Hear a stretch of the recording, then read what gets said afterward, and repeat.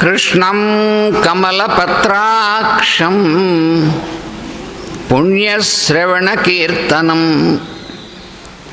వాసుదేవం జగద్యోనిం నౌమి నారాయణం హరిం.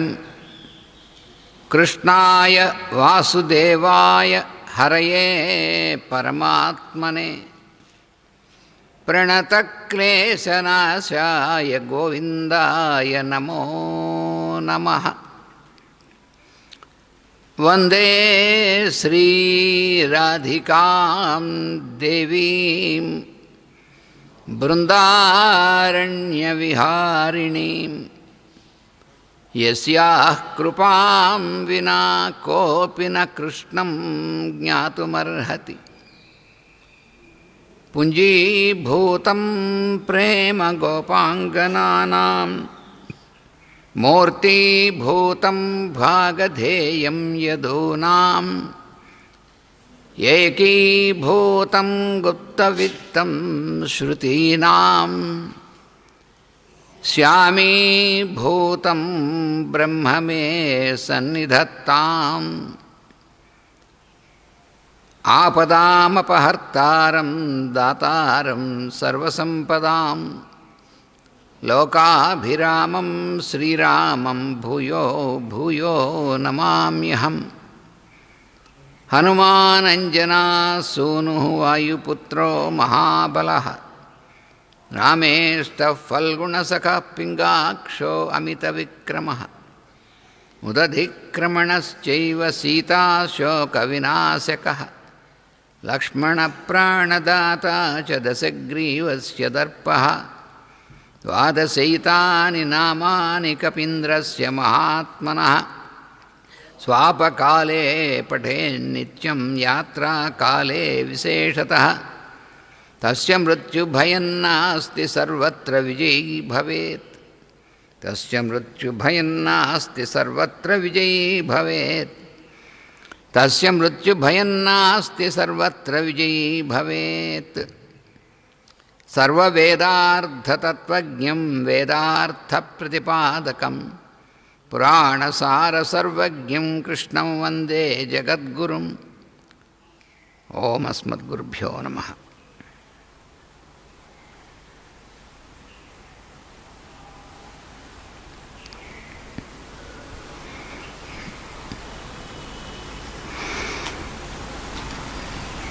మాస్టర్ గారి యొక్క అనుగ్రహంతో మనందరం కూడా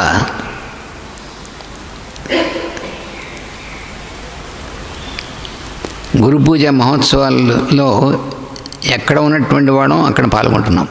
అందరం గురు పూజ మహోత్సవాల్లో పాల్గొంటున్నాం. అన్ని చోట్ల నుంచి పాల్గొంటున్నాం. ఇది కూడా ఒక మనకి యోగ సాధనలో ఒక భాగమే. ఎందుకంటే మనం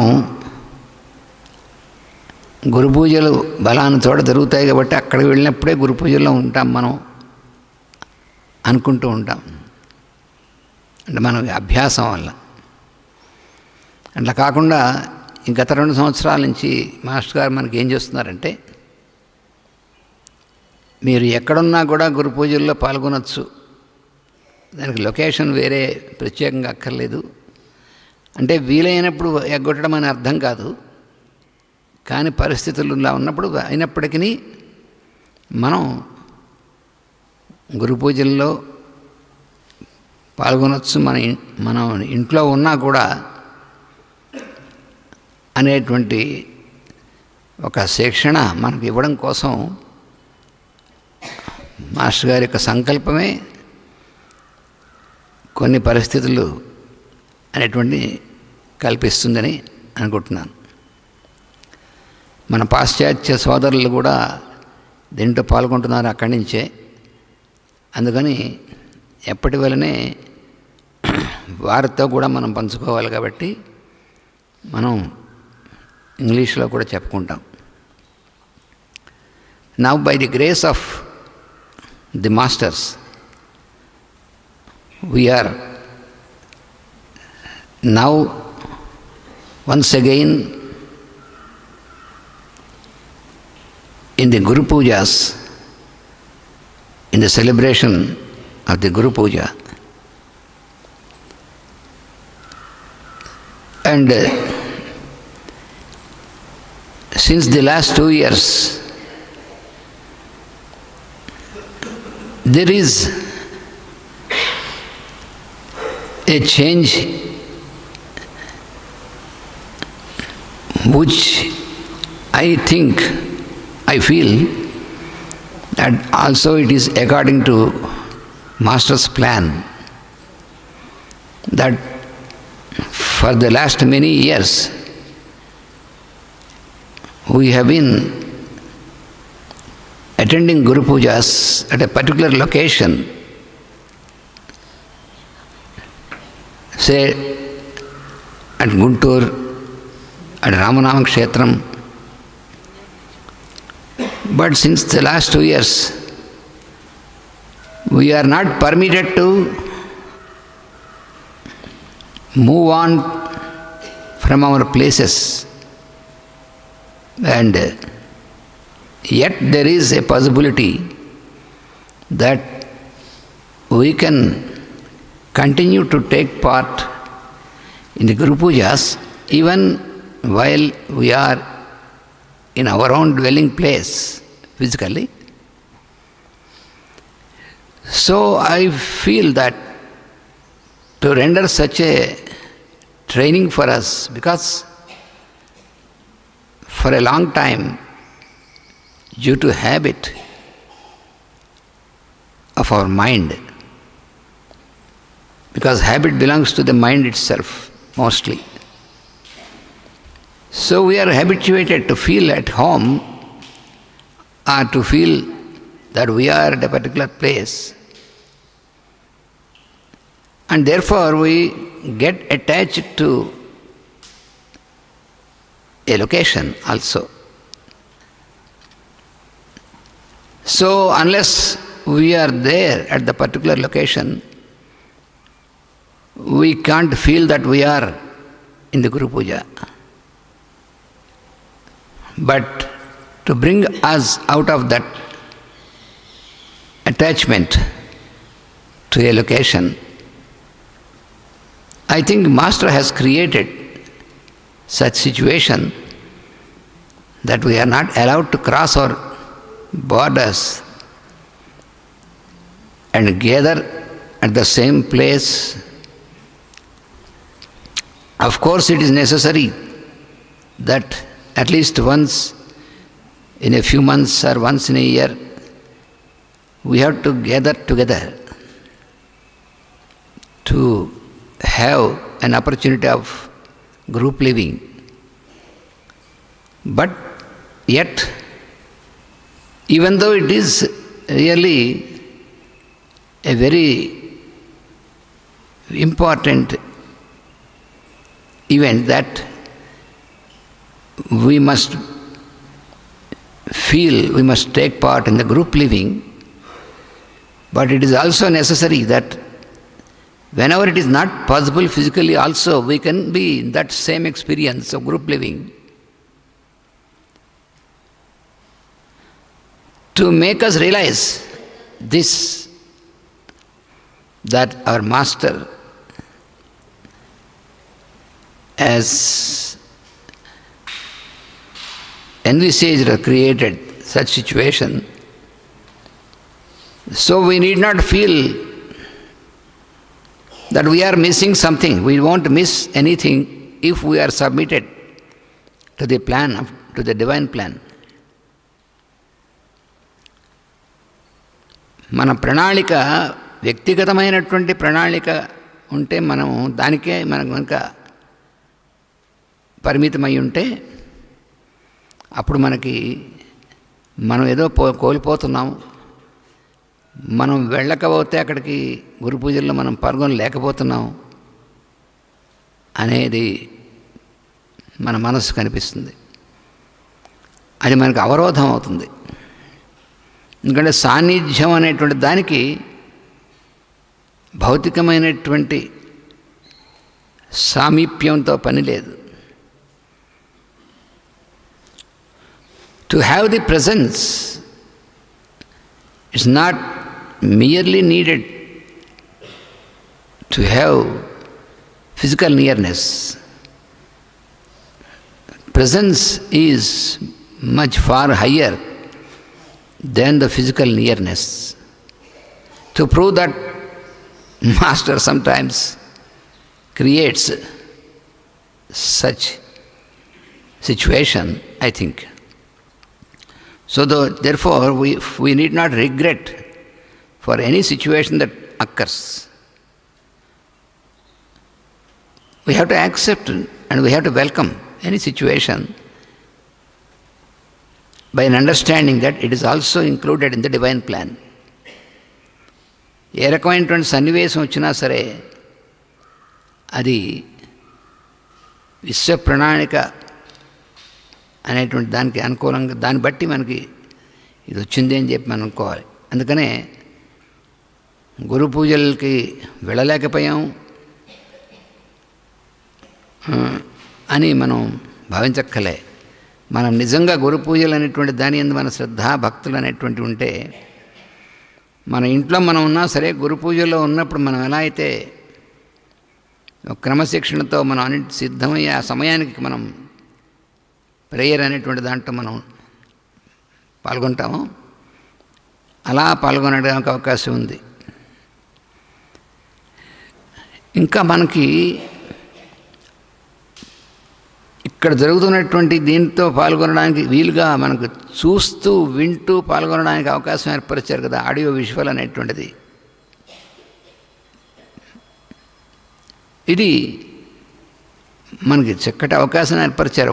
ఒక కొన్ని దశాబ్దాల కిందట ఈ అవకాశం లేదు కదా. అయినప్పటికీ రాలేకపోయామని అనుకునేటువంటిది లేకుండా ఆ సాన్నిధ్యంలో ఉన్నటువంటి వాళ్ళు చాలామంది సాధకులు ఉన్నారు. లేకపోతే ఈ యోగ మార్గం అలా కొనసాగడం జరగదు. అలా ఉండకపోతే ఇది కొనసాగుతుందంటే దాన్ని బట్టి మనకు తెలుస్తుంది సాన్నిధ్యం అనేటువంటి దానికి ఇవేమీ అడ్డు కాదు అని, ఇవి అవరోధాలు కావని మనకు తెలుస్తుంది.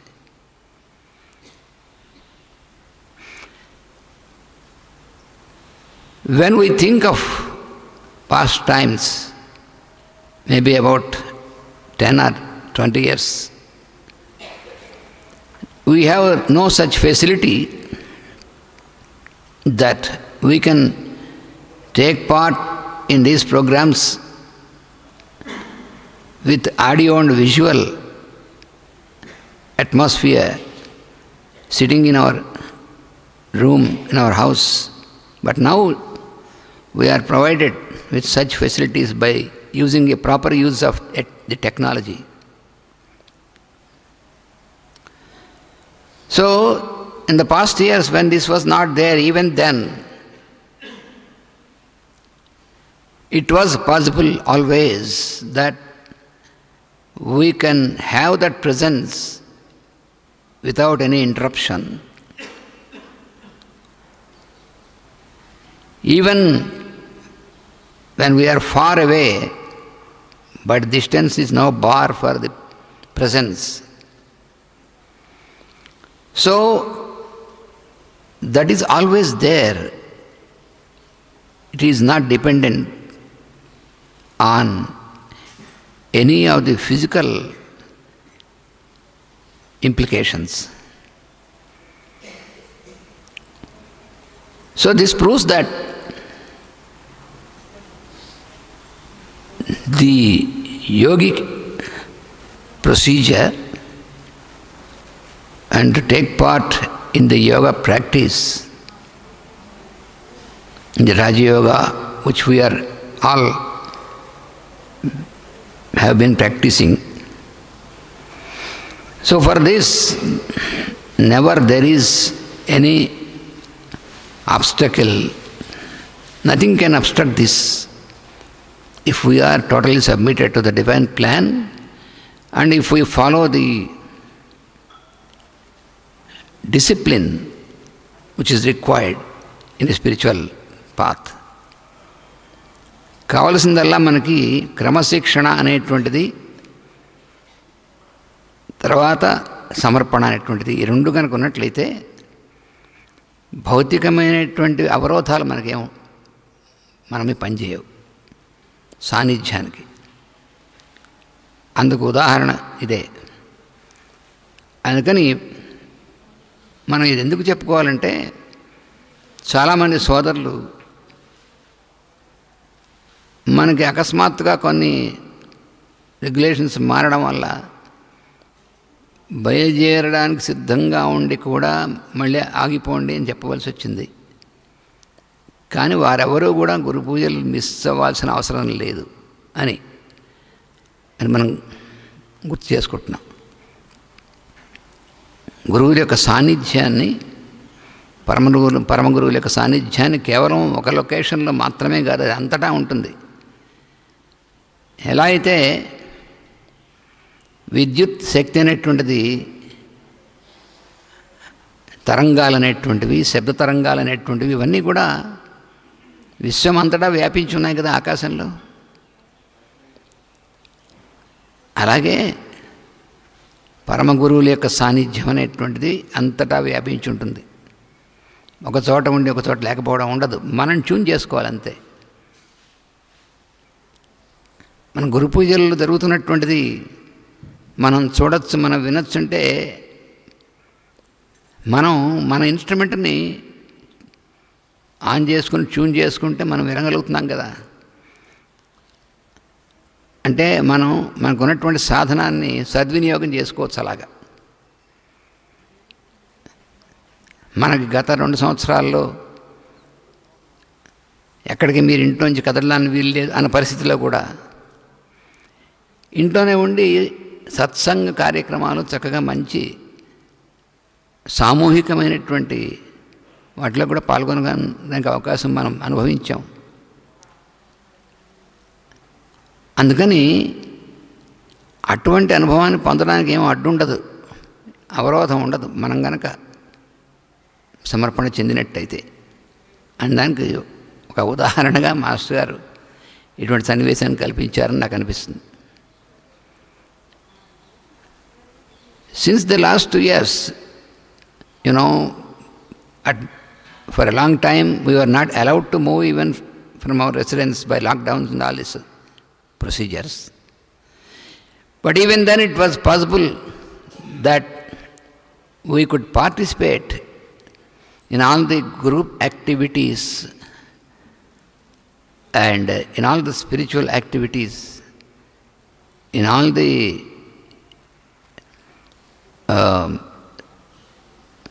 group sadhana and all this, even more stronger than before, because there is no possibility of any deviation. So therefore I feel that such situation is created to promote us, to make a transformation in us for a better experience, to explore better activity possibilities, to have an uninterrupted presence, that we can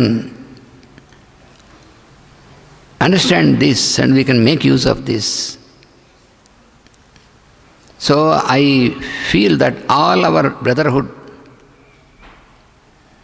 from Russia and Ukraine, Germany, Switzerland, Belgium, France, and all the brotherhood of all these countries who have been continuing in the study and in the service and all these activities, in the yoga practice, in this path. So all of us, we could continue like before without interruption, even though we were not allowed to be together physically. When once we can realize this, and we can open to this, then I think this situation will change, and as usual, physically once again also we can be together, we will be allowed, and this situation will not continue for a long time, all these obstacles and all this. But these are not we need not consider these obstacles will be for always. It is not forever. So that is why let us continue our group activity as ever, ignoring all these strange situations. Then we are not affected by all these things, and we will be always in the presence of the masters who are protecting us. అందువల్ల ఈ మనం గనక విశ్వ ప్రణాళికకు ఏదైతే పరమ గురువులైనటువంటి వారందరూ కూడా వారు మానవ జాతి యొక్క శ్రేయస్సుకి, వాటికి అందరికీ కూడా సమస్త జీవుల యొక్క శ్రేయస్సుకి నిరంతరం పనిచేస్తున్నారు. దానిలో మనం ఇంకా మనం కూడా పాల్గొనడానికి ఈ భౌతికమైనటువంటి దూరం అవరోధం కాదు అని మనకి నిరూపించడం కోసమే ఇటువంటి సన్నివేశం మనకి వచ్చింది. అది కూడా ఆ సంకల్పంలో భాగమే. మనందరం భౌతికంగా ఒక చోట ఉండడానికి వీలు లేకపోయింది కదా అని మనం బాధపడక్కర్లేదు. ఒకసారి మన మనస్సులో, మన హృదయంలో పూర్తిగా మనం సమర్పణ అనేటువంటిది చేసుకొని దేన్నైనా సరే మనకి ఏది కూడా వారి యొక్క సాన్నిధ్యానికి అవరోధం కాదు అనేటువంటిది మనకి హృదయగతమైనప్పుడు మళ్ళీ ఇప్పుడున్నటువంటిది అంతా మారుతుంది, ఇలా ఉండిపోదు. మళ్ళీ మనం పూర్తిగా ఒకచోట భౌతికంగా కూడా కలిసి మనం ఉండి సహజీవనంలో ఉండడానికి అవకాశం ఎప్పుడు ఉంటుంది. ఇది ఎప్పటికీ ఇలా ఉండిపోతుంది అనుకోక్కర్లేదు మనం. కానీ అప్పుడప్పుడు ఇలా ఉన్నప్పుడు దాని గురించి మనం బాధపడక్కర్లేదు. మన దృష్టి ఎంతసేపు కూడా మన సాధన, మన కర్తవ్యం దాని అందే ఉండాలి తప్ప మిగిలినటువంటి వాటిని గురించి వాటి గురించి ఎక్కువ మనం భయపడక్కర్లేదు, బాధపడక్కర్లేదు, ఏం చేయక్కర్లేదు. ఇప్పుడు మనం ప్రతి సంవత్సరంలాగా మన కర్తవ్యాన్ని మనకి నిత్య జీవితంలో తెలియజేసేటువంటి పవిత్ర గ్రంథమైనటువంటిది భగవద్గీత. ఆ అధ్యయనం మనం కొనసాగిస్తాం. Now let us continue the study of Bhagavad Gita, which gives us the path, the solution, and shows us the path in our human life day to day. That we will continue now.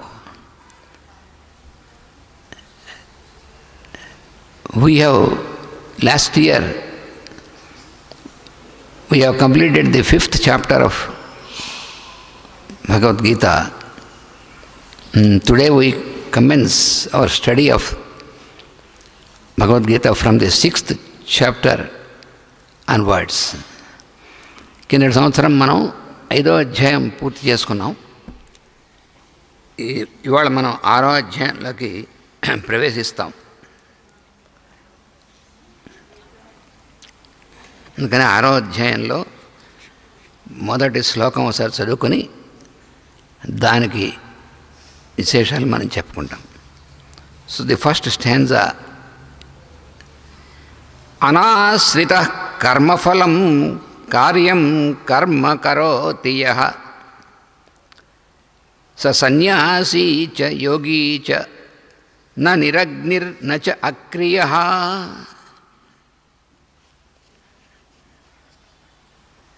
మనం ఎప్పుడులాగే master గారు మనకి ఆంగ్లంలోనూ తెలుగులో కూడా మనకి ఇచ్చారు. అందుకని ఆ విధంగా మనం అధ్యయనం చేసుకుందాం అదే పద్ధతిలో. So we have uttered the first stanza of the 6th chapter. Now we will also study the explanation given by Master for this stanza. You see how you can do your work without attachment to the result. చూసారా, ఇప్పుడు బాగా మనం చెప్పుకుంది కరెక్ట్గా మొదటి శ్లోకంలోనే వచ్చింది. అంటే you can see how you can do your work without attachment to the result. So the first very stanza, first very sentence is very much relevant to what we have been discussing, studying now in this morning. So if you do so, you are a mendicant, you are a yogi. So we have to do our work, that is what is given here. If we can continue to do our work without attachment to the result, that is most important. We have to continue our work. We can't give up the work, but we should give up the attachment to the result of the work. Then what happens? Then you are a mendicant, you are a yogi. Do not fancy that you will be a mendicant by discarding the sacred fire. Some people think that mendicancy means discarding even the sacred work. But clearly it is explained here by Lord that it is not so, it is not true. You will never be a yogi by discarding your work. So clearly given by Lord himself. If you discard your work, because your work is the fundamental activity which is given to you, if you discard that, you cannot dream to be a yogi. You cannot expect that you can be a yogi. You will never be a yogi by discarding your work. Work as sacrifice is fire that purifies mind and senses. Karyam karma అన్నారు ఇక్కడ.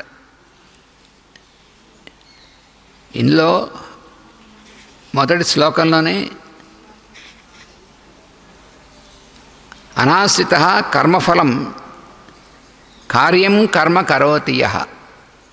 యహ అంటే ఎవడైతే కార్యం కర్మ చేయవలసినటువంటి పనిని కరోతి చేస్తాడో, ఎలాగా కర్మఫలం అనాశ్రిత, ఆ పని యొక్క ఫలితాన్ని ఆశ్రయించకుండా, అటువంటి వాడు సన్యాసీ చ యోగీ చ, వాడు సన్యాసి యోగి కూడా అవుతాడు అని చెప్పాడు.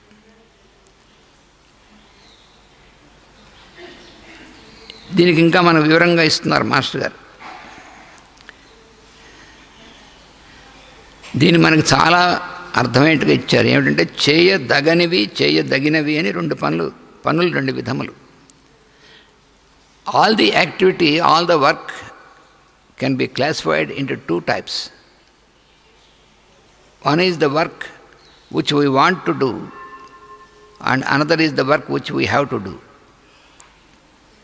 So it is classified, can be classified into two groups. The work which we have to do, work which we want to do. First of all, we have to practice to discriminate between these two before we take up any work. చేయదగినవి చేయదగనివి. మనం నిత్యము చేయుచున్న పనులనియు ఇందేదో ఒక తరగతికి చెంది ఉండును. Every work which we attend in our daily life belongs to either of these two classes, which we have to do, which we are not expected to do. Two types. ప్రకృతి మన చేత నిత్యము పనులను చేయించుచుండును. మనం పనులు చేస్తున్నాం అనుకుంటాం, కానీ ప్రకృతి మన చేత చేయిస్తూ ఉంటుంది. మనం జన్మించుటకు మన తల్లిదండ్రులకు కామం ప్రసారించిన ప్రకృతి. అసలు మన జన్మ రావడానికి, మన శరీరం ఏర్పడడానికి, మన జన్మ రావడానికి కారణం ఏమిటి అంటే మన తల్లిదండ్రులు.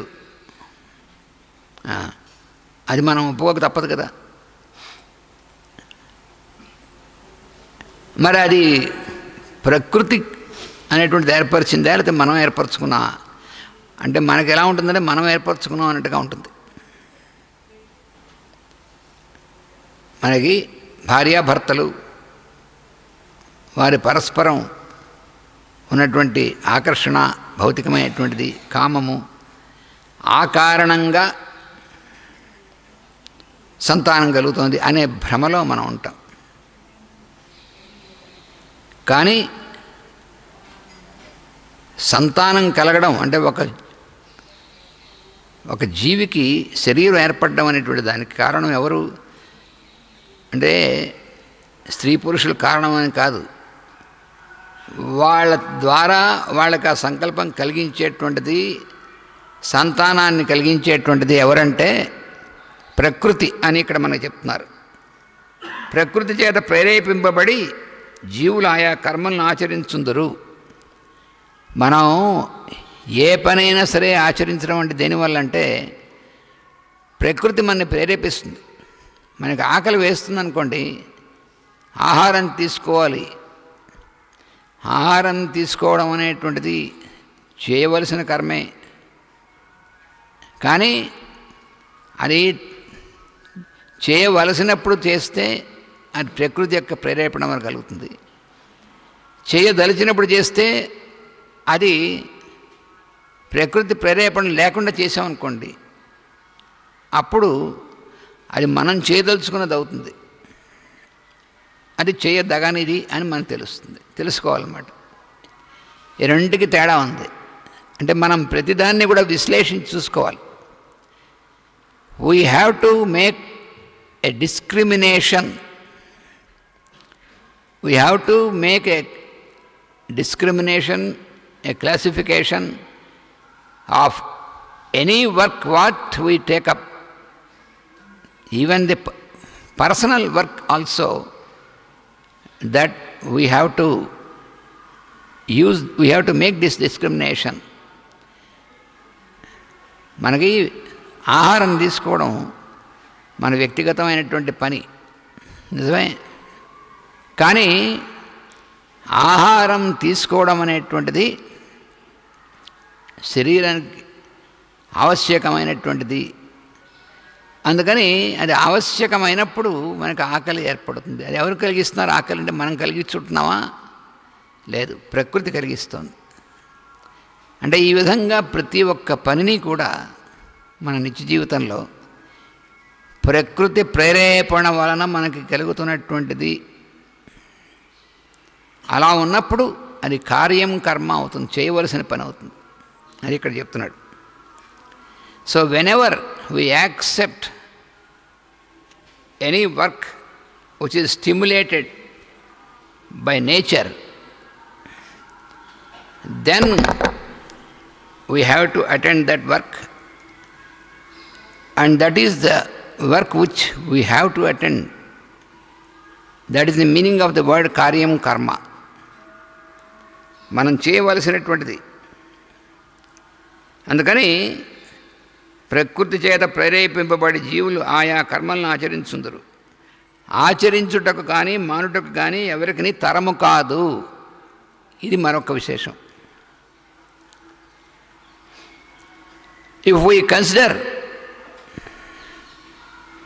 that whether to attend to the work or not, is it within our control? If it is a work which is stimulated by the forces of nature, then we cannot avoid this. For example, when you are hungry, the hunger is created by the forces of nature, not by yourself. So you cannot avoid this, because continuously if you avoid food in any manner, even when you feel hungry, then you will deteriorate and you will reach your end. Therefore, you cannot avoid this for a long time. So that is what is explained here, karyam karma. అది మానడానికి కానీ చేయడానికి కానీ ఎవరికి కూడా ఆచరించుటకు కానీ మానుటకు కానీ ఎవరి తరము కాదు అని స్పష్టంగా చెప్తున్నారు. ప్రతి ఒక్కటి కూడా, అంటే మనం వ్యక్తిగతమైన పని అనుకున్నటువంటిది కూడా అది నిజంగా ప్రకృతి యొక్క ప్రేరేపణ వలన ఏర్పడినటువంటి పని అయితే మాత్రం అది మన ఇష్టం ప్రకారం జరిగేటువంటిది కాదు. మనం ప్రకృతికి లోబడి ఆచరించడం తప్ప మరొక మార్గం లేదు అని తెలుస్తుంది, మనకి తెలుసుకోవాలి. ఇచ్చట నిగ్రహం పనిచేయదు, చాలా స్పష్టంగా ఇస్తున్నారు మనకి. ఇంద్రియ నిగ్రహము యోగాభ్యాసము పనిచేయవలసినది ప్రకృతికి వ్యతిరేకముగా కాదు. చాలా స్పష్టత ఉంది చూసారా మనకి. అంటే ఆ శ్లోకంలో కృష్ణ పరమాత్మ చెప్పినటువంటి దాంట్లో ఎక్కడ దాకా ఉందో మనకి మాస్టర్ గారు ఆ లోతుకు తీసుకెళ్తున్నారు. ఇంద్రియముల నిగ్రహం యోగాభ్యాసం ఈ రెండు ఉన్నాయి మనకి. యోగాభ్యాసము అనేటువంటి దానికి ఇంద్రియ నిగ్రహం కావాలి అని కదా. ఇంద్రియ నిగ్రహం అనేటువంటిది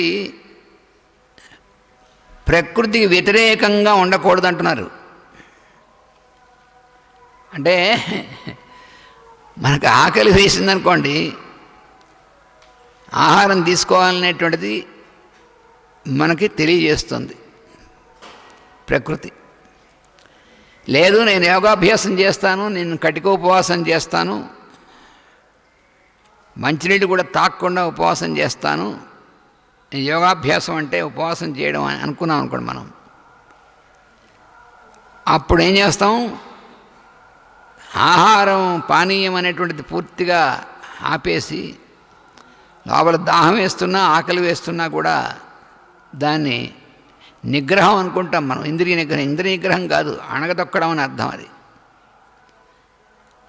అలా చేయడం అనేటువంటిదే అది ప్రకృతికి వ్యతిరేకం. అందుకని యోగాభ్యాసం అంటే ప్రకృతికి వ్యతిరేకంగా చేసేటువంటిది కాదు అని స్పష్టంగా చెప్తున్నారు.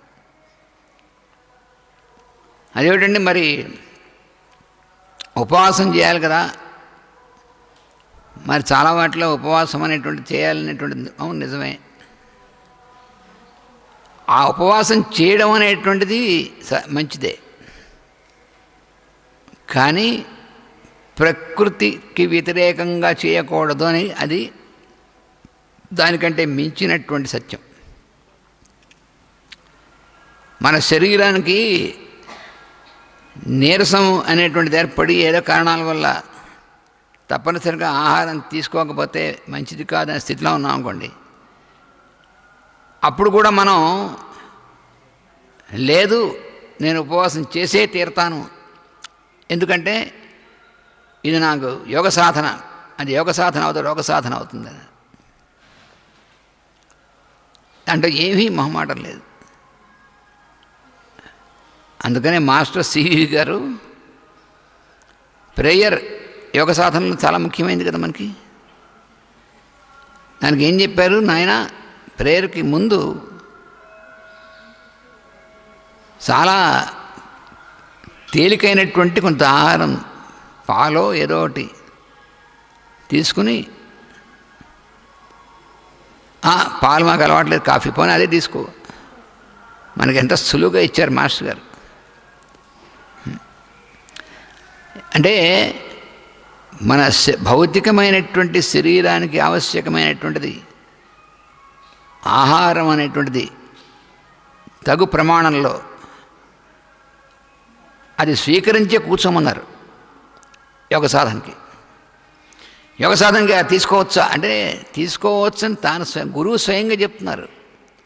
అంటే గురువు చెప్పింది ప్రమాణం అని మనం అనుకున్నట్లయితే దాన్ని మళ్ళీ మనం ప్రశ్న వేయం, లేకపోతే మన తెలివితేటలు పనిచేస్తుంటాయి. మనం చాలాసార్లు యోగా మార్గంలో ఉన్నాం అనుకుంటాం, యోగ సాధన చేసుకుంటున్నాం అనుకుంటాం, అన్నీ చేస్తాం. కానీ గురువు చెప్పింది ప్రమాణం అనేటువంటిది మనకి లోపలికి వెళ్ళదు. మాస్టర్ గారు ఏం చెప్పారంటే, నువ్వు తగుమాత్రంగా తగు ప్రమాణంలో ఆహారం తీసుకుని కూర్చో సాధనకి, ప్రేయర్కి అని చెప్పారనుకోండి, ఆయన చెప్పారు కానీ తప్పు కదా, ఆహారం తీసుకుని కూర్చొని యోగ సాధన ఏం జరుగుతుంది అని మనకి బుర్రలో అనిపిస్తే, అంటే మనకి ఫండమెంటల్ మొట్టమొదటి యోగ సాధన కానీ దేనికైనా సరే గురువు చెప్పినటువంటి దాని ప్రమాణం అన్నిటికంటే హయ్యెస్ట్ ప్రమాణం, దాన్ని మనం ధిక్కరించకూడదు అనేటువంటి దాన్ని వదిలిపెట్టేసాం. ఇంక యోగ సాధన ఏముంది?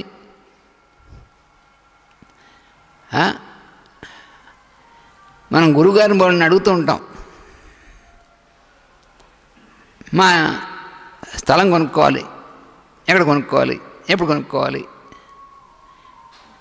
పోనీ ఆయన చెప్పాడు అనుకోండి, మళ్ళీ దానికి బోల్డెన్ ఆల్టర్నేటివ్స్ నుంచి మళ్ళీ ఇంకో రోజున మళ్ళీ ఈ స్థలం అక్కడ కొనుక్కుంటే పోండి, ఇక్కడ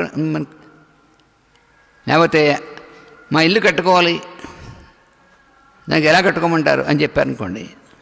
సరే గురువుగారు నిర్ణయించాడు అనుకోండి, ఆయన నిర్ణయించి ఒక పద్ధతి చెప్పాడనుకోండి, మళ్ళీ దానిలో మళ్ళీ మనం సొంత తెలివితేటలు పెడతాం. ఎందుకంటే అంతకంటే బెటర్గా మనం ఆల్టర్నేట్, అంటే గురువు కంటే మనం బెటర్ అయినప్పుడు అడగం ఎందుకు మనం? అంటే మనం ఎంత ఫండమెంటల్ దాంట్లోనే పొరపాటు చేస్తాం మనం. మనం ఏదో నిర్మాణం చేసుకోవాలనుకున్నాం, గురువుగారిని అడిగాం అనుకోండి, ఆయన ప్లాన్ చెప్పాడనుకోండి, దానిలో మార్పులు చెప్పులు మనం చేస్తామంటే గురువుగారు చెప్పిందంటే మనం మార్పులు చెప్పులు వేసామంటే ఆయనకంటే మనం బాగా వచ్చిన అర్థం కదా. అలాంటప్పుడు గురువుగారిని అడగాల్సిన పని లేదు, మన ఇష్టం వచ్చినట్టు మనం చేసుకోవచ్చు. అందుకని కొంచెం ఆహారం తీసుకొని కూర్చోని మాస్టర్ గారు చెప్తే తప్పు దానివల్ల పాపం వస్తుందంటే ఇంకెందుకు. మాకు లక్ష్మీనారాయణ మహాక్రతు నిర్వహించారు గురువుగారు, లక్ష్మణీతందులు వారు. 108 రోజులు నేను మా రాములు గారు 108 రోజులు అక్కడే ఉన్నాం.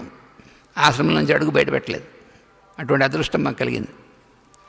ఏం చేస్తారు, రోజును పొద్దున్న 5 గంటల కల్లా మా అందరికీను మంత్రజపం చేసేటువంటి వాళ్ళకి స్వామికి నివేదించినటువంటి ప్రసాదం దద్దోజనం, చక్రపొంగలి, పులిహార ఇలాంటి పెట్టి మీరు శుభ్రంగా తిని కూర్చోండి మంత్రజపం కదా.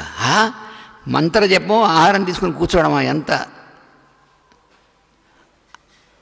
ఆయన ముందే చెప్పారు, మీరు ఇలా అనుకుంటారు ఆహారం తీసుకుని మంత్రం చేయొచ్చా అని, అది మీకెందుకు, దానివల్ల పాపం వస్తే నేను స్వీకరిస్తాను, మీరు చేయండి అన్నాడు. అంతకంటే ఎవరు చెప్తారండి గురువు? అయినప్పటికీ ఆయనకేం తెలుసులే అని మనం, అంటే ఎంతైనా మనకి ఎన్ని సంవత్సరాలైనా మనకి గురువుగారిని అడుగుతాం కానీ ఆయనకంటే కొంచెం మనం బెటర్ మనకు తెలిసినటువంటిది అనేటువంటిది పనిచేస్తుంది. ఇంక మనకి ఎన్ని ఏళ్ళైనా ఒకటే, ఎన్ని సంవత్సరాలైనా కూడాను. మనకు నేర్పింది అసలు, మనకు అక్షరాభ్యాసం చేసింది మనకు నేర్పింది మన గురువు కదా, మనకు ఏబిసిడీలు నేర్పింది అని మర్చిపోతాం మనం.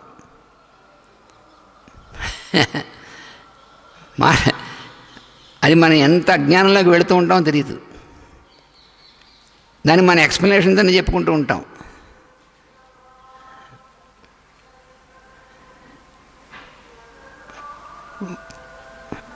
What are the yoga practice should not be against the fundamental law of nature. That is most important. We have to remember this. For example, if we are asked to sit in meditation and prayer after having a little quantity or light food. That is what Master CVV said. He has instructed the disciples.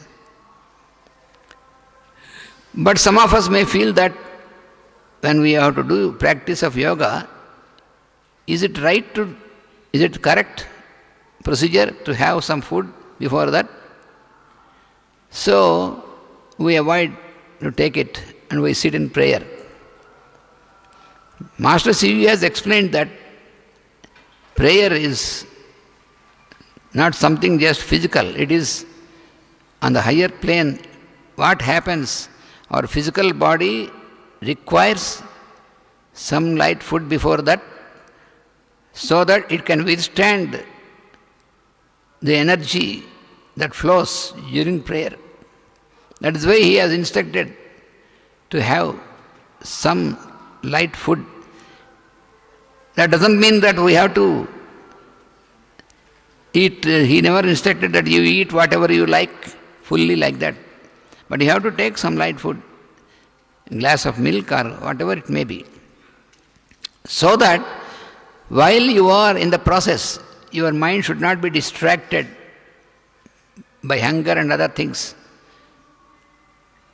So that is so whether it is right or wrong, when once it is we are instructed by the master, by the guru, we have to follow it. We need not make any analysis of that when once it is instructed by the master. If we do that, that means we have no confidence in the instruction, in the guru himself. We may call him master, but there is no significance. We are not really feeling that. So this is what we do. Therefore, when we feel that we are in practice of yoga, it should not be against the law of nature. That is what it is explained here in this stanza. అహంకారం యొక్క ప్రేరేపణలు శమింపజేయుటకు అవి పనిచేయవలెను. ఇంద్రియ నిగ్రహం మొదలైనటువంటి ఎందుకు పనిచేయాలి యోగాభ్యాసం అంటే, అహంకారం యొక్క ప్రేరేపణలు శమింపజేయుటకు పనిచేయవలెను అన్నారు. సో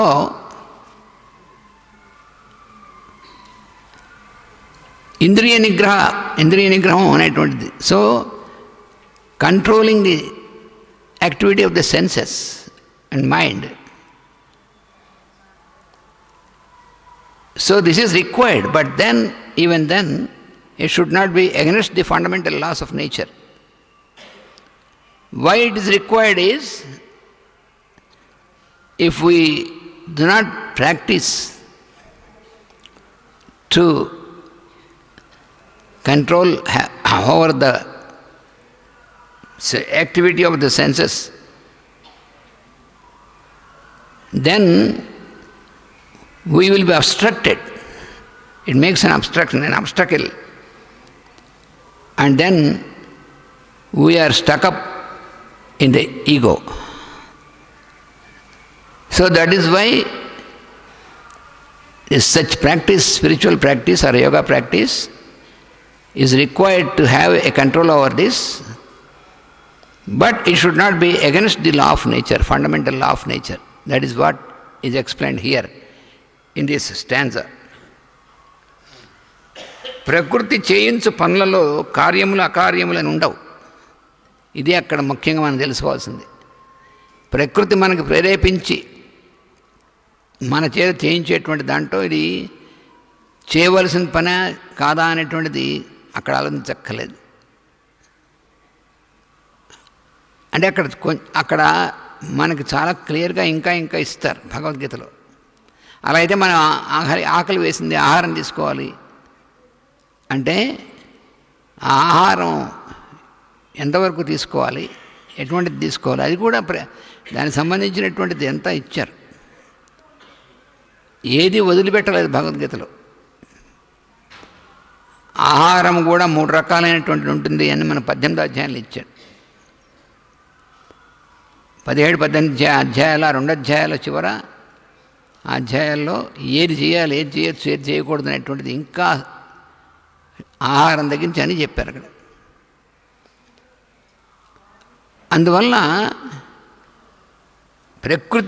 ప్రకృతి మనని ప్రేరేపించి మన చేత చేయించేటువంటి పనులు ఏవైతే ఉన్నాయో వాటిలో కార్యములు అకార్యములు అంటే ఇవి చేయొచ్చు చేయకూడదు అనేటువంటిది అక్కడ ఉండదు. ఎందుకంటే మన మనస్సు కనిపించింది చేయకుండా ప్రకృతి మనం ప్రేరేపించి చేసినప్పుడు,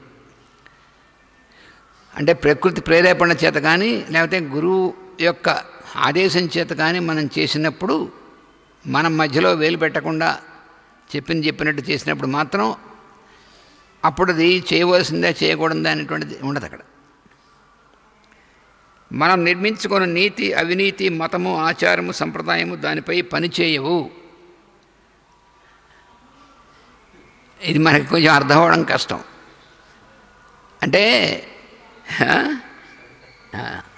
నీతి, మతము, ఆచారం అనేటువంటిది మనం ఏర్పాటు చేసుకున్నటువంటివి కాకుండా అసలు ఉంటాయి. అదేమిటో మనకి ఇంకా ముందు చెప్తారు. ఇది మనం మళ్ళీ ఇంకొక ఏంటో చెప్పుకుంటాం. So now we will continue this in another session, because now it is time for us for the next program. Vasudeva.